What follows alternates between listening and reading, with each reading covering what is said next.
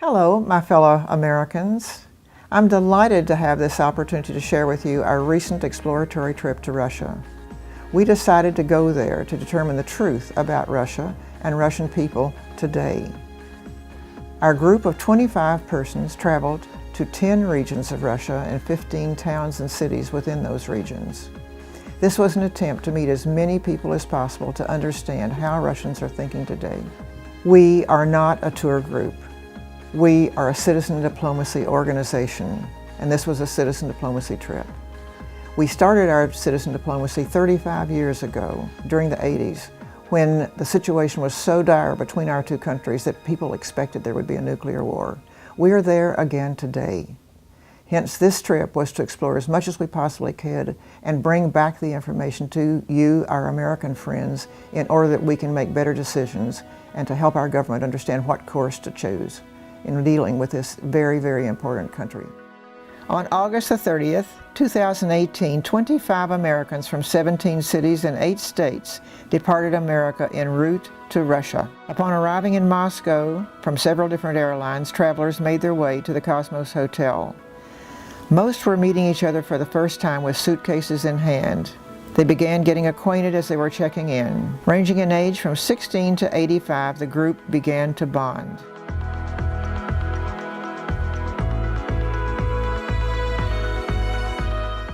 The next morning began with breakfast in a huge dining room prior to venturing out to discover Moscow. Volodya Shestakov, CCI's longest Russian employee, leads the group on foot to meet the metro tour guide, Ksenia Terenteva. Recently, Ksenia moved to Moscow without a job, and she began a career as a successful metro tour guide. The delegates were cautioned to stick together like a school of fish to prevent getting lost in the crowded metro system.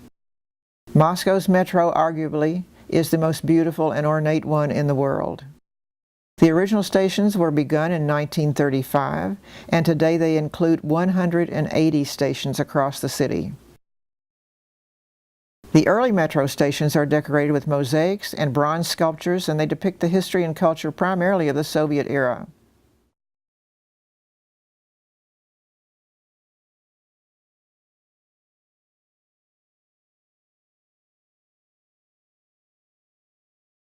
The entire system is spotless and operates daily from 6 a.m. to 1 a.m. Russia's public transportation now includes bullet trains, electric trains, and in addition to thousands of bus routes throughout Moscow and other cities. Russia's public transportation and streets are among the safest in the world. What makes CCI trips unique is that we develop human connections wherever we are across Russia. Today, Moscow is a fabulous combination of ancient, Tsarist, and modern architecture. The streets are wide and filled with late model cars. Moscow's shopping centers are numerous and filled with top-end merchandise from all over the world.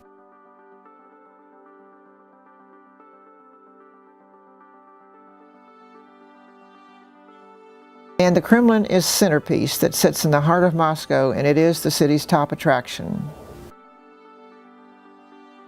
Travelers found that Russians of all ages look very much like Americans today.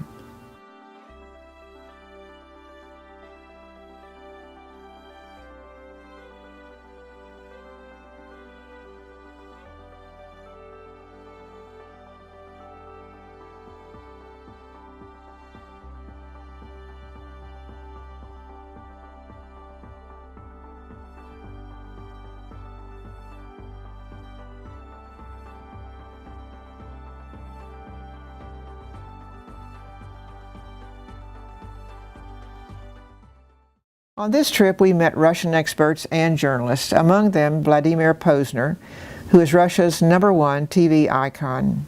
The show that I did with Phil back in the 90s, 91 to 97, was because Phil Donahue invited me. Said, would you like to do a show with me? And I thought, wow, with Phil Donahue. I didn't even know if I could do it. Phil in those days was the #1 guy, and I was nobody. people knew me because I had appeared on American television from Moscow via satellite on Nightline. But still, it was a... But anyway, I was there for 6 years until, like gentleman, I hesitate to use that word, Roger Ailes, basically killed the show because he felt it was too liberal. And that speaks about freedom of the press. We were supposed to have our contract renewed, and we had the best rating in our time slot. And he called us in. He became president of CNBC, which is where we were on. And he said, we will renew your contract provided it has a clause stating that you must inform us in advance about what you're going to speak and who you're going to invite. And I said, Mr. Ailes, that's censorship, isn't it? And he said, and this is a quote, "I don't give a rat's ass what you call it, but that's the way it's going to be." And I said, "No, I have not come from Moscow to be censored by you." And he said, "Well, we will not renew your contract." And that's exactly what happened. Dr. Vera Leolina is the rheumatologist at a private orthopedic spine clinic in Moscow. During our visit, Dr. Vera explains the beginning of this private hospital, which opened in the 1990s. Few persons have ever changed the course of world history. One is Mikhail Gorbachev, who burst upon the world scene in the late 1980s. Our American delegates were deeply grateful for the privilege of being with him for over 2 hours. Mr. President, this is not a joke. We're actually asking for your advice. Плохо у нас. Because things are not, our country is not doing well. Ну хоть что-то скажите. What would you recommend? Нет, что-то нельзя в этих случаях чепуху всякую нести. And I felt, well, I need to say something. I cannot just joke. Так, откровенно говоря, я думаю, что Америка нуждается в своей перестройке. And so I said, my brief answer is that America needs its own perestroika. Овации. And they gave me an ovation. After a long day of meetings, we relaxed in a lovely traditional Ukrainian restaurant. We had numerous spontaneous meetings, this one with a Crimean woman who met us in Moscow. Early in the year, we heard about an American Russian Orthodox priest who had moved his family of 8 children to Rostov-Veliki. Father Gleason took us on a tour of a 1,000-year-old Assumption Cathedral in time to hear the ringing of the massive bells, the largest bell weighing over 3 tons.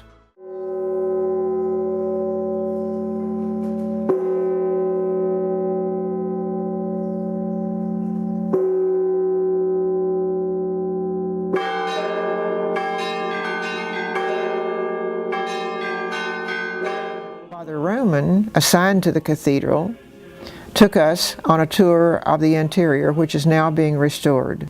There are numerous churches and monasteries throughout Rostov-Veliki, several of which are being restored now.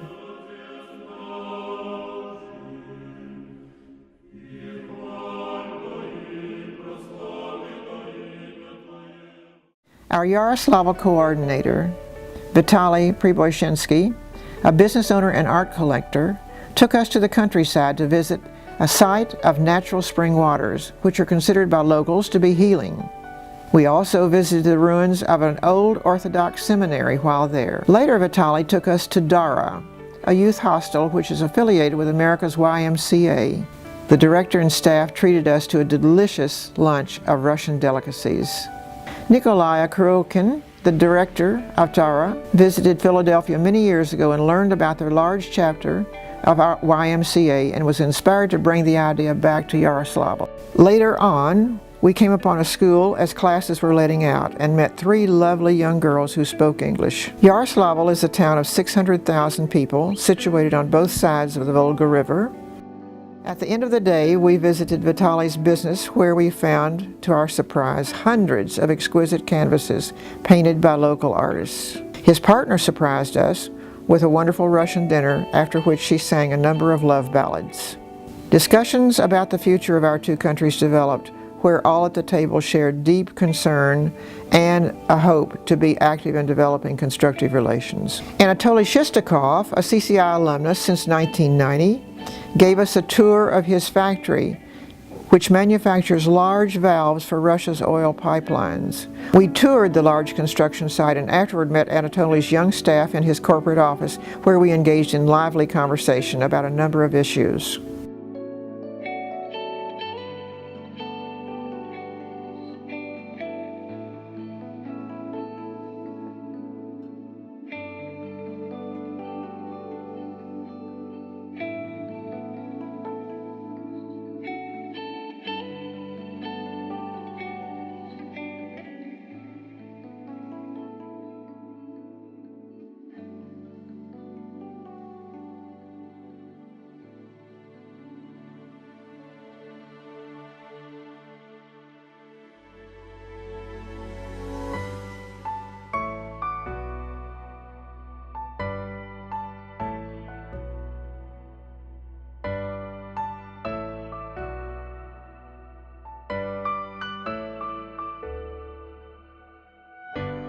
Anatoly then took us on a walking tour of downtown Ripinsk, population of 200,000.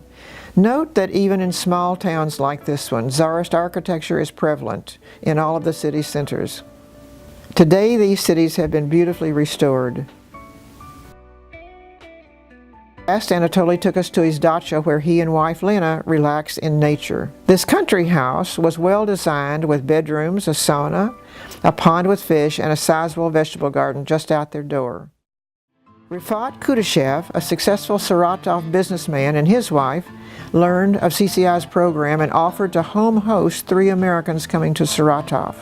Olga Andrianova, to Rifat's left, is Saratov's CCI coordinator.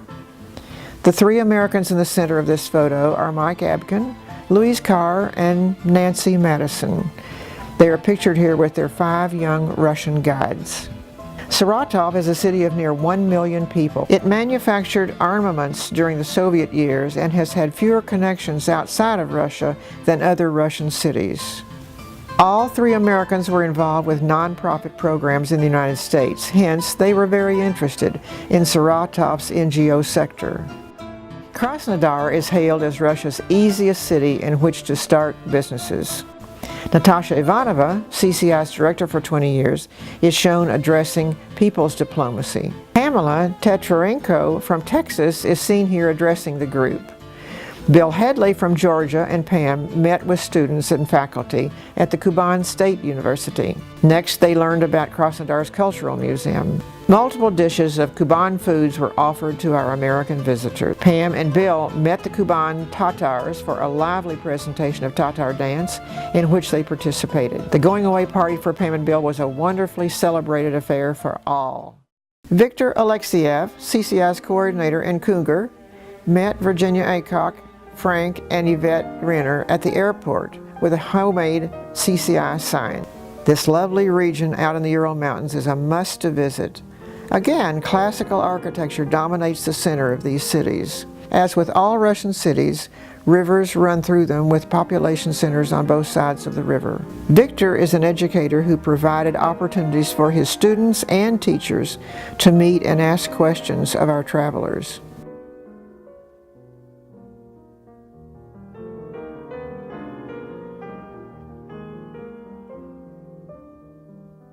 Last, it was time for tea from the samovar, sweets, and personal conversations. Walks around town revealed street entertainment and other interesting novelties about which the local newspapers wrote an article.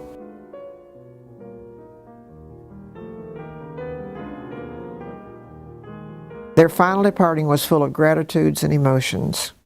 Novosibirsk is the 3rd largest city in Russia. It has 1.6 million residents and is still growing. 3 CCI travelers, Natasha Romanov, William Warwick, and James DeRee, arrived at the new airport and were taken through average streets in the city. Akademgorodok, a major scientific center for Russia, is actually an extension of the city of Novosibirsk. Nona Barkhatova, CCI's 20-year coordinator, is second from right, and she organized the visit of these Americans. Our travelers had opportunities to ask and answer questions with students. Among other institutions is Novosibirsk Secondary School for Prodigies in the field of music. Shamanism is a popular philosophy in this region. Shamans met with our travelers in the countryside.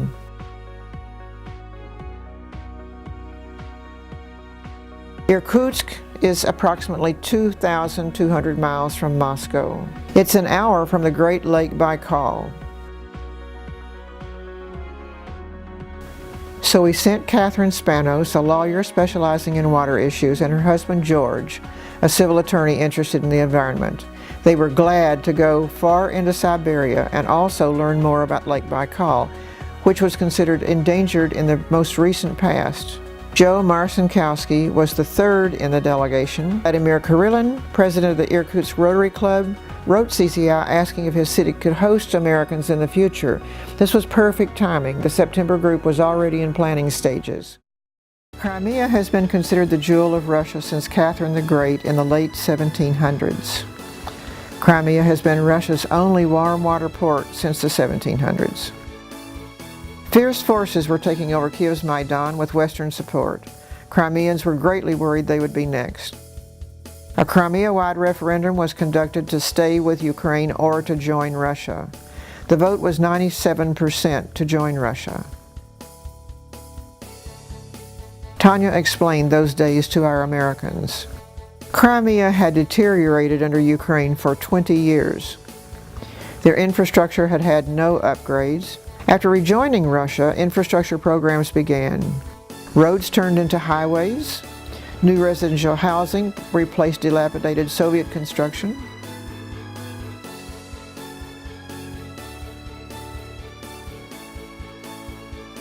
Sevastopol port for the Russian Navy was renovated. Mike and Kathy Metz, Glenn Reynolds, and Sylvia Demarest arrived at Crimea's new airport. They were received by Crimean parliamentarians, presented gifts, and had a press conference.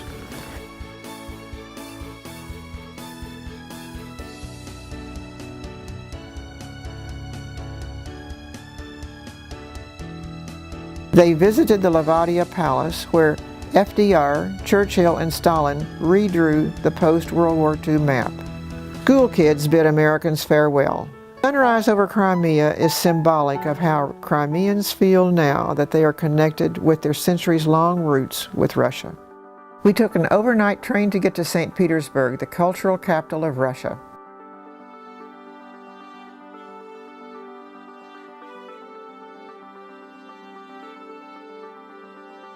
Political and sport discussions were held with new faces in the overnight train, arriving at 8 a.m. St. Petersburg is known as the Venice of the North because of all the canals that crisscross the city. People in this city of 5 million travel in the metro, late model cars, on bicycles, or on foot.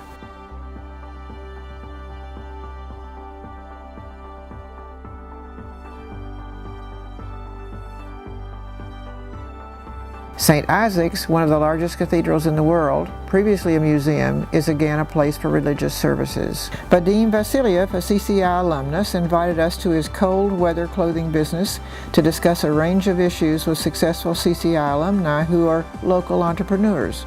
Vadim explained how his tiny startup business has grown into a successful partnership with a Swedish company. To prepare a farewell dinner for our travelers, we took a neighborhood bus to the local open-air farmers market, then to a nearby supermarket where I've purchased everything from an umbrella to a gas range in the past.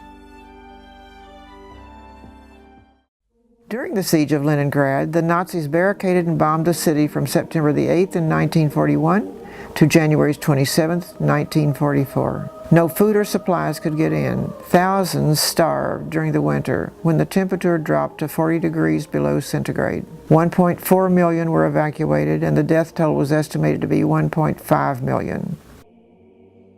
The bodies of 500,000 dead were brought to Biskaryevskaya Cemetery and buried in 180 mass graves. The remainder of the deceased were buried in several other mass graves throughout the city. Some 27 million Soviet citizens perished during World War II, compared to 500,000 Americans. Vladimir Putin's brother is buried here at Praskyryevskaya, and his parents nearly died during the siege. The final group event was an evening canal ride as we bid farewell to St. Petersburg and a memorable trip to Russia.